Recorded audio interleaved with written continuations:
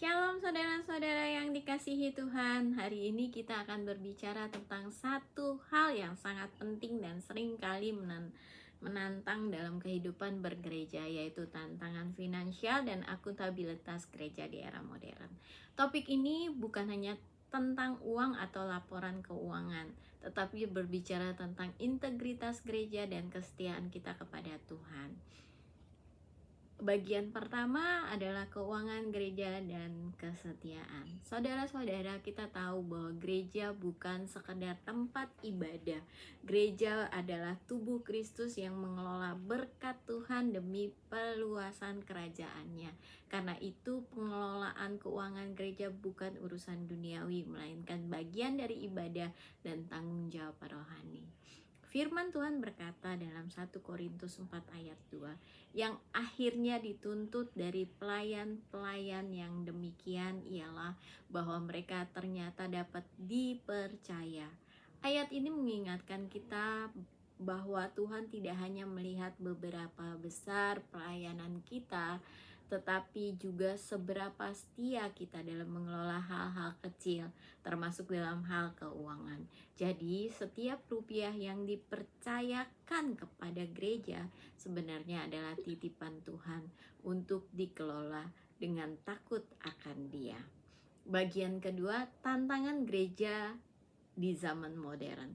Kita hidup di zaman yang menuntut keterbukaan dan akuntabilitas banyak jemaat.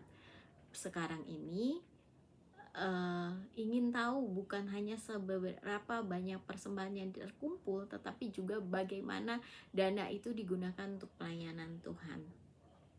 Sebab penelitian dari Kristanti Wibowo dan Wijaya tahun 2022 menyatakan bahwa transparansi keuangan sangat mempengaruhi kepercayaan jemaat terhadap gereja. Dan laporan dari Overseas Ministry Study Center tahun 2023 karena penyalahgunaan. Fakta ini membuat kita sadar integritas gereja bukan hanya tentang pengajaran yang benar, tetapi juga tentang pengelolaan berkat Tuhan dengan benar. Bagian ketiga, contoh dari GBI PRJ CK7. Mari kita lihat contoh nyata dari gereja kita, GBI PRJ CK7. Sebagai gereja yang terus bertumbuh, GBI PRJ CK7 memiliki banyak kebutuhan, mulai dari pembangunan fasilitas, pelayanan multimedia, hingga kesejahteraan pelayan Tuhan. Namun gereja ini juga belajar untuk tidak hanya fokus pada pertumbuhan pelayanan, tetapi juga pada tata kelola keuangan yang bertanggung jawab. Melalui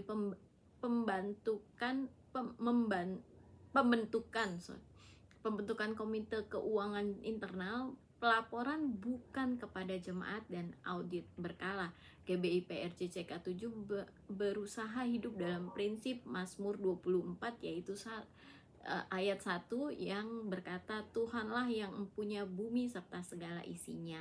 Dan juga dalam Lukas 16 ayat 10, barang siapa setia dalam perkara kecil, ia setia juga dalam perkara besar. Langkah-langkah sederhana ini menunjukkan bahwa gereja bukan hanya berbicara tentang iman, tetapi juga mempraktikkan iman melalui transparansi dan tanggung jawab. Keempat, akuntabilitas sebagai spiritualitas. Saudara-saudara, akuntabilitas sejati lahir dari hati yang takut akan Tuhan. Bukan sekedar laporan tahunan, tetapi ungkapan kasih dan setia kita kepada Allah. David Boch, seorang teolog misi, mengatakan bahwa setiap pelayanan gereja harus berakar pada missio Dei, yaitu misi Allah untuk memperluas kerajaannya di dunia. Artinya setiap rupiah yang kita gunakan harus kembali memuliakan Tuhan, bukan manusia.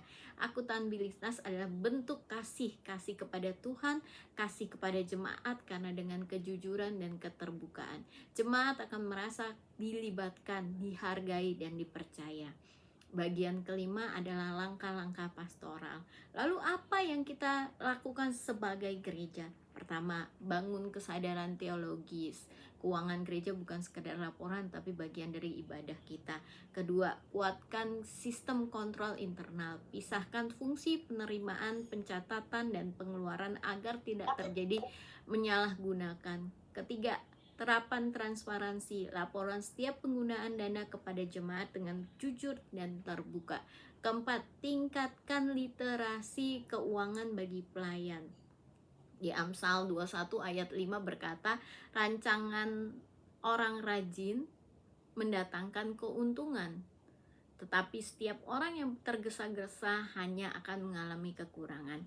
Dan kelima, pemimpin harus menjadi teladan, seperti tertulis dalam Titus 1 ayat 7. Seorang penilik jemaat harus tidak bercacat sebagai pengatur rumah Allah. Keteladanan pemimpin adalah dasar kepercayaan jemaat.